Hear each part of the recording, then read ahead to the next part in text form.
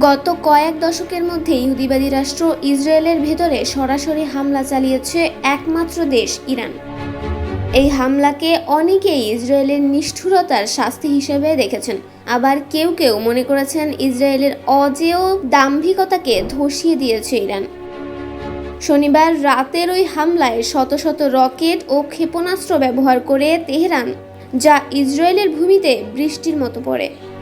যদিও ইসরায়েল দাবি করেছে তারা এ সকল রকেট ও ক্ষেপণাস্ত্র প্রতিহত করেছে, তবে বিভিন্ন গণমাধ্যম বলছে ইরানের অন্তত 9টি ব্যালিস্টিক ক্ষেপণাস্ত্র ইসরায়েলের 2টি বিমান ঘাঁটিতে সফলভাবে আঘাত এনেছে। বিশ্বকে হতবাক করা ইরানের সেই হামলার রেশ এখনও কাটেনি, কিন্তু এরই মধ্যে আবারও বিদেশি শত্রুর আক্রমণের শিকার হলো ইসরায়েল। এবার 2 দফায় আক্রান্ত হয়েছে তেল আবিব। তেহরান সমর্থিত লেবাননের হিজবুল্লাহর যোদ্ধারা হামলা চালায়। লেবাননের উত্তর সীমান্তে বিস্ফোরক পুঁতে রাখে হিজবুল্লাহর যোদ্ধারা। পরে ইসরায়েলি সেনারা সেই এলাকায় অতিক্রম করতে গেলে যন্ত্রটি বিস্ফোরিত হয়। এতে 4 ইসরায়েলি সেনা আহত হয়, যাদের মধ্যে একজনের অবস্থা আশঙ্কাজনক। আক্রান্ত হওয়ার কথা স্বীকারও করেছে তেল আবিব।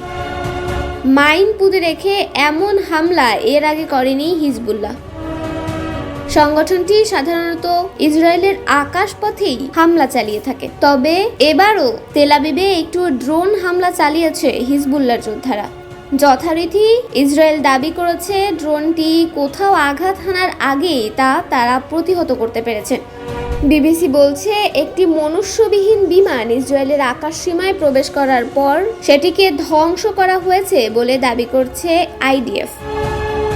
পূর্ব দিক থেকে ড্রোন এসেছে বলে জানানো হয়। আইডিএফ সোশ্যাল মিডিয়ার একটি পোস্টে বলেছে এই হামলায় কোনো হতাহতের ঘটনা ঘটেনি, তবে কারা এই হামলা চালিয়েছে তা জানা যায়নি। আইডিএফও এই নিয়ে কিছু বলছে না, ফলে ধোঁয়াশা তৈরি হয়েছে।